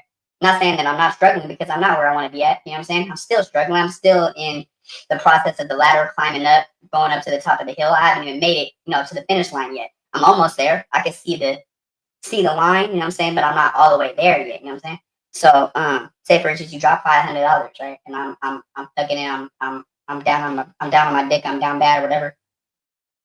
I wouldn't be the one to pick it up and not tell you. I'd still be the one to pick it up and be like, hey, you dropped this, sis, or whatever. Even if I didn't know you, or you're just a stranger that walked past me, I'd be like, here, you dropped this. A lot of people wouldn't do that. They wouldn't even say, oh, you dropped this. They would have just took it and pocketed it and walked away. But 9 times out of 10, if you do speak up to that person, like, hey, you dropped this, they're going to bless you and be like, oh, you were respectful and loyal to the situation where you didn't take advantage of it and just take it. You let me know that you still have a heart and you care about me. So I'm going to help you out. I see you down bad right now. I'm going to help you out. But I'm telling you this right now, though. I'm not helping you out uh because of that. I'm helping you out because I was in your shoes before. Never feel like, oh, never make the person feel like, oh, I'm not helping you out because I feel pity for you. I don't feel pity for you. I see myself in you. And those are really big words to tell somebody, because that can empower somebody to put them back on their feet. You know what I'm saying? Yeah. So at the end of the day, I gotta really commend my little brother, because he is staying out the way, and all these things is really big amounts of pressure on him. Like say for instance, like the girl that he was with, that he was married to and stuff, that he's divorced now, whatever. She's basically telling him like, oh, you're not gonna be able to be in your daughter's life at all. You feel me? And that's for sure his kid, whatever, it's for sure. And so I want to help him try to, be able to have his daughter in his life and stuff like that, because he can show the court, yes, he was on probation and stuff like that. Yes, he is a, a, a, a felon, but he's not a felon anymore. But he's a previous felon or whatever. But he's working on himself. He has a job. He has a stable place, and they'll see that, and they probably will award him, not full custody, but maybe joint custody, whatever it is. But what I'm saying is like that's just like a lot of pressure on him. What I'm saying is like he could have folded at any time. He could have sat there and be like, you know what? I'm not trying. He even like he told me like maybe 2 months ago, we had a like 2-3 hour conversation. He was like, I'm tired of playing the square card, bro. I'm tired of being the square. Like, I could have got it so easy right now. I could have made this money just in a couple hours off the streets. But I decided to like make myself work for it and stay down and do this Sonic job and do this other job or whatever, and wait on other people and stuff like that. But I could have made motion happen.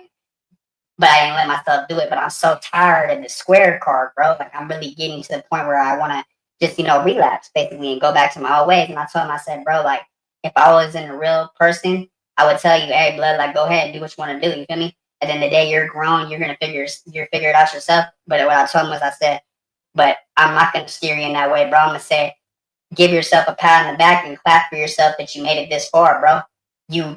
It's not And that doesn't mean to fall back into your ways, bro. You don't let yourself have that. You don't let that overpower you to make you fall back into your ways. Because like I said, like if I wasn't a real one, I would have said like, okay, it's up to you, bro. Like, if you feel like that's the easy way out, go ahead, bro. I want to see you get your bread. But in the day, like I said, it's bittersweet, bro, because when you look at the finish line at the end of the day, you're like, damn, like all these trials and tribulations and stuff that I had to go through were just hoops that I had to jump through and tests that I had to go through to go to the glory road. And I feel so good because I did this without nobody's help. I didn't fall back on my word, and basically I stuck to it, and it just it empowered him like that. And he's like, I really appreciate you, bro, like because you really care about my well being, bro. Like everybody else can sit there and say, yeah, they're my bro and stuff like that, but they're only my bro when they want to be my bro, and I need them for a certain thing, or they need me for a certain thing. They're not looking at the bigger picture. Like they don't care if I go back to my old ways. They don't care if I say like, hey, I'm calling from a jail phone now, bro. I just went down. It's a new charge. I'm in the bounty, whatever it is. They're gonna be like, oh, damn, that's crazy, bro, and talk about something else. They're not gonna get on me and be like, how could you let yourself do that, bro? Like, why would you let yourself go back to that? And so I'm saying, like, I'm happy that he actually listens to me when I try to give him that guidance, and that's the same thing I'm trying to tell Tuisi, because the judge is only going to give him a couple more times. Like if he keeps messing with his that person, you know what I'm saying? That person that puts all that power, overpowers him, and that he gives all that power to, she's gonna get him locked up. And they're not gonna just fed kick him. He's not gonna just be there for 1-2 days like how it's been. They're gonna see like, oh well, you told us before you're trying to change your ways. It doesn't look like you're changing your ways at all, Mr. Chambers. Like, you know what I'm saying? Like we don't see no change in your behavior and your attitude. So we're gonna make you learn from your mistake. Like you got to do some time. And at the end of the day, that's when he's really gonna let it all go in and like damn, like I should have listened to everybody that was trying to get me on the right path and not let me fall to this. You know what I'm saying? I said like there's only so many chances that they're gonna give him. You know what I'm saying? And they're gonna look at it like at the end of the day, like he stops letting himself go over there. They're gonna see like, yeah, she is the enabler, she is the aggressor.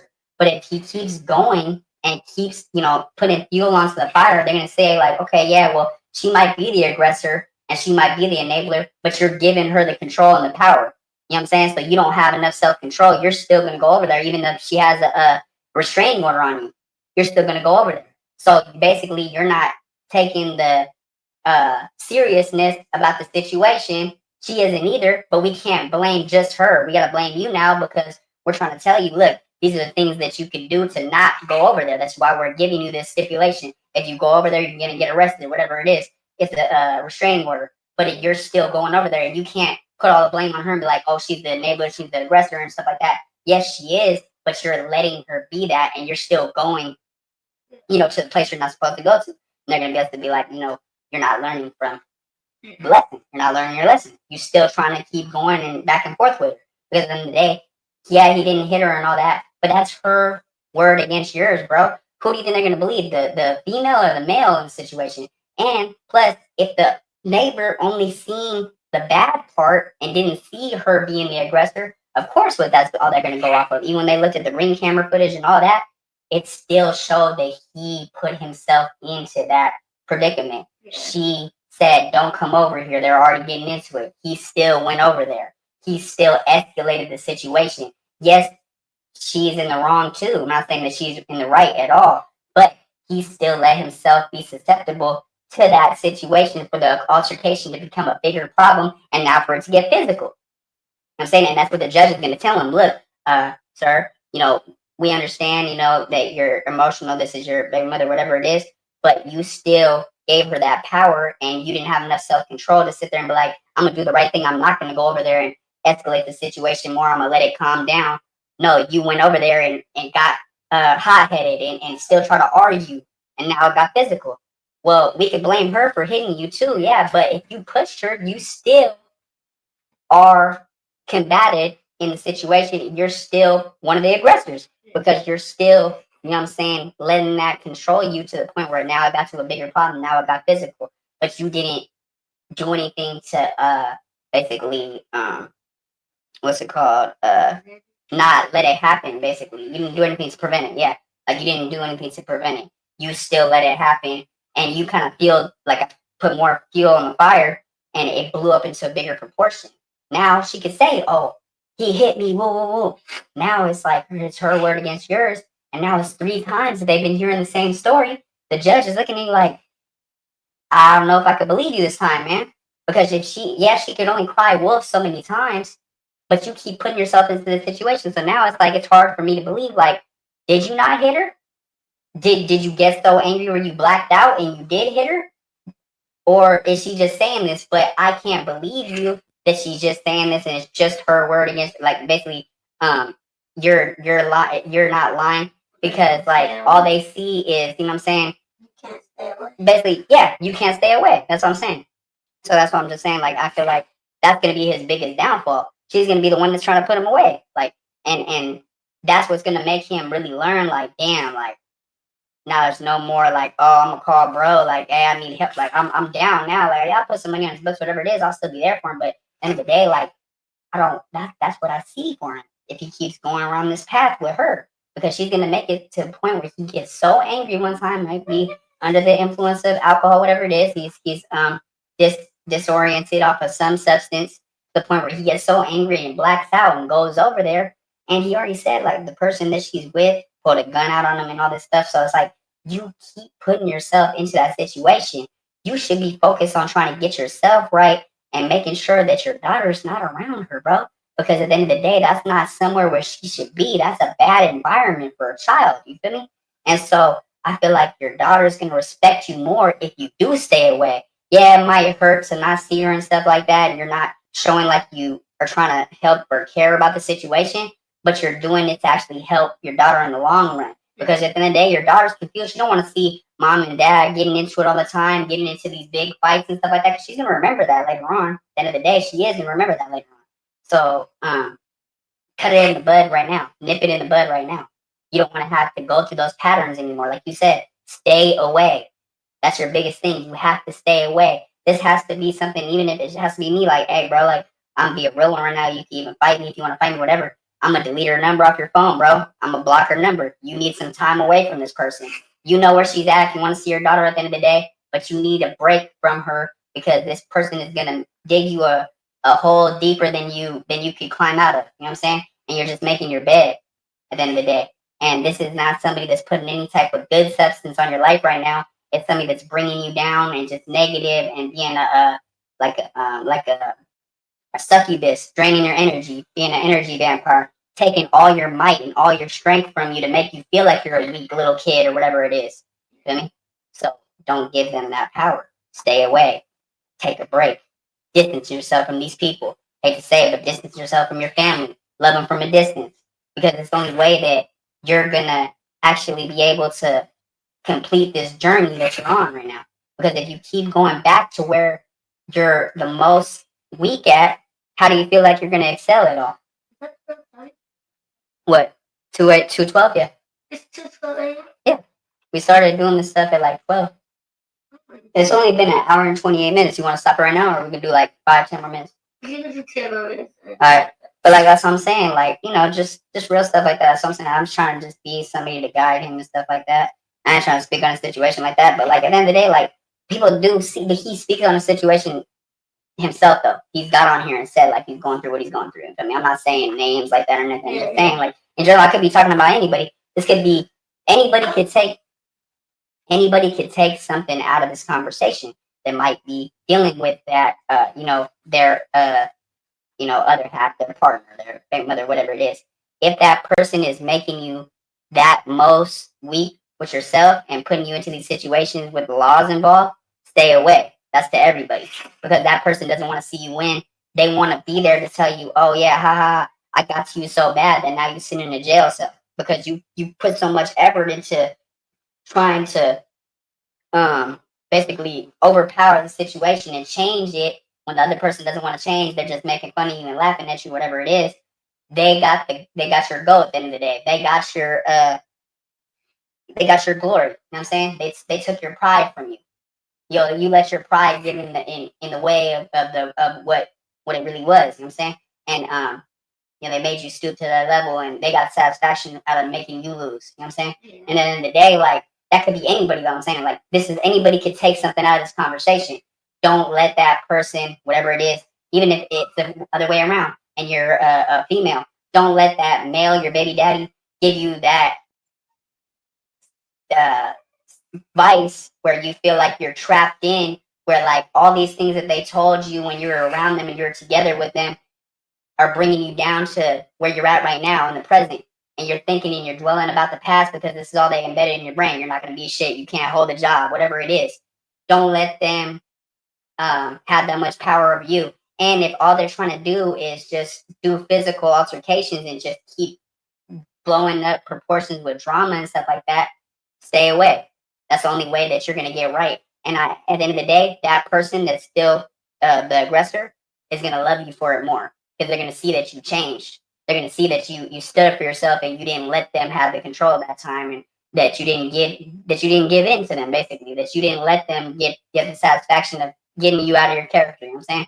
And that's gonna help the other person grow with themselves at the end of the day, right? Because then they're gonna say, okay, well maybe I have to change my ways. It's not just him, like something has to be wrong with me or whatever it is. And so let me change my ways, and then maybe you guys meet in the middle, meet halfway, and then maybe stuff gets better. You know what I'm saying? But end of the day, like do it for your kid. If you're not gonna do it for yourself, do it for your kid, because your kid doesn't need to see that misconfusion of mom and dad getting into it, and now you're over here, you're sleeping over here. Mom's with this random dude that might be doing whatever that maybe this person shouldn't be around children or whatever it is. You know what I'm saying? Don't let that happen. Don't let it get to that point. Uh, Always be thinking basically for your kid, but also for yourself, but also just think like, yeah, I got myself, but at the end of the day, I got another life. I got my kid to think about. You know what I'm saying? So anything that's troubling you that's not that serious, don't let that overcloud your emotions to be like, oh, well, I can't do this because this is, got a hold on me.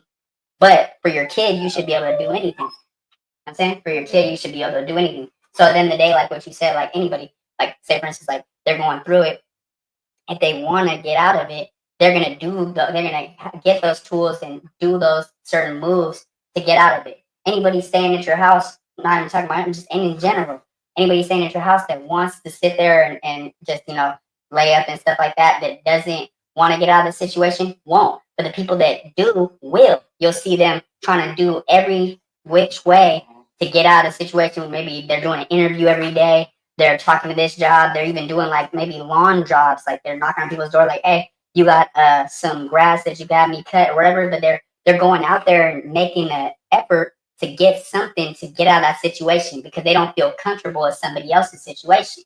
Because if you feel comfortable at somebody else's situation, that means that you're not um, comfortable with your situation. You're willing to just settle and just settle and be in somebody else's shadow to feel like basically like, oh well, um, I don't have to do anything because this person's doing it. But like they see that I'm kind of giving effort, but they're not gonna tell me anything, so I'm just gonna keep riding the wave. You know what I'm saying? I'm just gonna milk it as long as I can. No, you shouldn't think like that. You should never be comfortable in a place that's not yours like that. No, I mean, you could be comfortable in, if it's family, whatever, but I'm just saying, like, at the end of the day, you should never let yourself get that comfortable where you feel like, yeah, I'm gonna just settle for this and I'm gonna just be here. I don't want my own stuff. I don't want my own path. Like, that's too much responsibility. Fuck if it's fuck it if it's too much responsibility. Sometimes you need that pressure on your shoulders. You know what I'm saying? That means that you're doing something. That means that you made it this far. Now it might be hard. When it's hard, that means that it's doing something right. When you work out, you feel the burn and the soreness, right? If you don't feel the burn and the soreness after you work out, that means you didn't work out. That's in anything in life. If it feels hard, that means that you're going to overcome the challenge. That means that you're doing something. That means that you're actually putting your most to it. Like, say, for instance, you go to work and you're not tired, you didn't do the job right. You're always supposed to be tired when you come home from any type of work because that's what work is. You're doing it because it's not something that you want to do. It's something that you have to do to go to the next position. But at the end of the day, you're only going to stay at a job that you like the environment in. If it's something that you like to do every day, like you want to go up, you like to wake up and actually go to it, and it's something that has that you have a passion for, some type of substance that speaks to you. You know what I'm saying? At the end of the day, like you can't just look at a job as a paycheck. That's not going to mean nothing to you. You know what I'm saying? You're not going to want to stick with it. At the end of the day, you can get a paycheck anywhere. But if it's something that speaks to you, that you feel something in that job and the environment helps you grow, that's something that you're going to want to do every day. So it's not going to be thinking as a job. It's a routine. This is a way of life now. This is just something that I do. And then that's when your workers start becoming like your family and stuff like that. It's like I'm saying, like once you feel comfortable there, and I'm sure you felt it with some jobs, like you feel like, oh, I wish I would have never left there because they really did welcome you with open arms and stuff like that, and they really did want to help me on my journey and help me kind of grow to the next level. They didn't want me to be entry level like the whole time, whatever it is, like temp agencies, like a lot of temp agencies, like Wayfair. I feel like they really do try to help people push them to the next level and hire them on. I've seen a lot of people get hired on that really put their time and effort into it and shit like that. But they see you just doing it as just like, oh, this is a job that you might not hold for a couple months. They can see that. They can smell that off of you. They're not going to waste their time and have you go through the probationary period and then come to you and be like, hey, we want to hire you because you're not showing enough performance, effort, whatever it is. You're only looking at this as, oh, this is just something I do this is part of my day when I go to the job. I'm not going to put as much effort as I do at home if I have a job or what, like whatever you're doing at home, like maybe you do artwork, whatever it is, but you're looking at it as a second thing. You have to look at it as your first priority. You have to look at your job as your priority. Your job should be your passion and your priority. That's the only way that will work. If you like being where you're at a job, that's somewhere that you're gonna go every day. That's something that you're gonna tell yourself like, oh, I might be sick, I want to go, but you know what, like I'm gonna miss out on these stories. Like I got really cool friends over there. Like they have activities. They got people coming through, like different professional speakers that are coming through, and they always have like little trips for us and stuff like that. Wayfair is cool. They always have food and stuff like that. They always, I feel like at the end of the day, like yeah, they might not really care about the employee like that, but I think they kind of did though, because I feel like they kind of went to the mile on certain things that they did to try to get people to feel comfortable there, to not make it feel like it was work, and it was just basically people like friends, conversating and still getting the job done, but also being awarded the ping pong table. There's activities to make somebody feel, comfortable. And I feel like a lot of jobs need to sit there and take that idea from that and run with it, and see that as a pattern. I mean, as a good pattern that worked, and utilize that, because that would make people feel a lot more not nervous and more comfortable, and it would be higher performance, more people staying at the job. There'd be more staffing, that people would be actually, staying at the job, not just there for 2-3 weeks and then leave because they don't like the work environment. If your work environment is a negative place and you got people over here talking about you and stuff like that, and you feel judged, of course you're not going to want to go to that place. So the places that like Wayfair, like I mess with them, is because if you really do reach out to your HR department and you write this stuff on the board, they'll really listen to you. They'll come back and like, hey, come back here. Like, what can we work on? Like, if you don't want to be by them for this, if you don't want this to be your team leader, we can switch it over here. Or if you want to do this stuff on your own, you can do this over here. We want you to be comfortable wherever you want to be at. We don't want it to make you feel like, oh, well, I can't speak up because I'm just an employee here. They always take ideas on my mama. They really do. Like Wayfair really cares about your voice at the end of the day. So I feel like a lot of different, even if it's just not warehouses, just anybody, any company needs to take pieces from that book and utilize that, because it would make the person feel way more welcomed and give them a reason and a purpose on why to go to work every day. You know what I'm saying? And actually want to put more performance and effort in, because they don't feel like it's just a job. Like I said, it's just something that's just fly by. Like it's something that just is there now. Like it's routine. You got so adapt to it. This is something that you're used to doing every day, and you actually kind of get excited about it. Like, oh, you tell your family whatever, like, oh, I can't wait till tomorrow when I go to work. Like we're doing this and stuff. We have this little potluck thing, and it's gonna be a little karaoke night or whatever. Like even Wayfair too, they do stuff on the weekend where they go to little bars and shit in Old Town. And a lot of warehouses will do that stuff like that. That's cool. I like to see that, because at the end of the day, that shows that like these people are just like everybody else. It's just because that's their supervisor telling you what to do. End of the day, once you guys are out of work, you guys are cool. Sit down, have a drink or whatever. You have that relationship. You're building relationships with these people that maybe might help you later on in life with your own business. This person that was a manager that used to be your manager, this person has a manager experience. Oh, well, I'm over my head on paperwork and stuff like that. I need a manager for my new flagship spot. I know somebody. I used to work with them in the warehouse. I call them up. Boom. It's a job for them. Let's create camaraderie with everybody. At the end of the day, like you meet people at warehouses for a certain reason. I know you've felt that before, where you've had a good conversation with somebody, networked, and you looked at them and seen a lot of yourself in them, and you're like, damn, like I should really try to build a relationship with the person, either a guy or girl, whatever. I'm not saying like romantic, but I'm saying like in a way like a business thing, but it never happens like that. And those right there are guardian angels, I feel like, that talking to you basically saying like it's not just you out here in this battle. There's other people in this battle. You feel me? Yeah. And so that's why I say like nobody can sit there and say that angels aren't real, because at the end of the day, when you're at your lowest point, say your car broke down, you have no gas can, it's dark. You feel me? It's a bad situation. Like say for instance, like I'll say a story and then we can cut it off. You want me to cut it off right now, or like 4 more minutes? All right, so I was walking around. I went to go meet up with this girl, whatever that I was with her. When I was telling you, they was putting like a lot of kind of like control on me and like kind of overpowered me. And I told you like I even turned my back on my mom over her, and that shit hurt me at the end of the day afterwards, because like my mom went homeless. And I told her like, oh, you don't want to see the best interest for both of us, so like forget you or whatever. And I left with her. And at the end of the day, like when my mom got somewhere with a roommate and she was under a roof, I decided to thug it out with this girl and be homeless. You feel me? Not knowing that the girl didn't give 2 fucks about me. You feel me? And she was just there for the money I had or for the control, because she knew I would do stuff for her. You know what I'm saying? And so that day I told her like I'm at a Christian home where it's like they take people in. I got lucky one day. I was thugging it out with my homie and stuff. Like I was sleeping in his vans and stuff. And I was at 7-Eleven. I went to go get a Slurpee, and this dude was like, you look like you're down bad. Like, you okay, man? Like, I'm from this church over here in Oklahoma and stuff. I like to help people out. Give me your information. I'm gonna call you up and see if we have a room for you at the spot where I'm at. I'm thinking like, oh my god, like this is an angel and stuff like that. So, and it was, feel me? And boom, I get over there. It's cool. But then I messed up my blessing by temptation by the devil. I went to go meet up with this girl when I know I had a curfew and I wasn't supposed to leave the house. You feel me? And they told me, you only could do it so many times until we see like you don't want to be here. You're not putting the effort in. You don't want to get on your feet. We're trying to help you go to these jobs. And I was going to the jobs and interviews, but at the end of the day, I still feel like not comfortable there. So at night, I leave with my friends. I go smoke and come back and stuff. They wouldn't care about that, but it's the fact that I wouldn't stay there. I kept leaving and coming back. They said, we don't want no back and forth shit. We need you to be dedicated to this. We're trying to help you. You know what I'm saying? And then the day I didn't realize that they were really trying to help me. I took it as like, oh, you don't know me, you know what I'm saying? Whatever it is. So the story is I'm walking around, I'm faded. I don't know where I'm at. I literally walk way past the house I was supposed to go to. It's pitch black. It's like 1 a.m. I don't see no cars in sight. I'm like, I'm gonna be stuck out here. I don't know where I'm at. I'm completely lost. I've never been to this part of the city before. This old lady pulls up and she's like, you look lost, like, feel me? And I'm like, yeah, I'm lost. I live at this church home over here off of Washington and stuff in Oklahoma.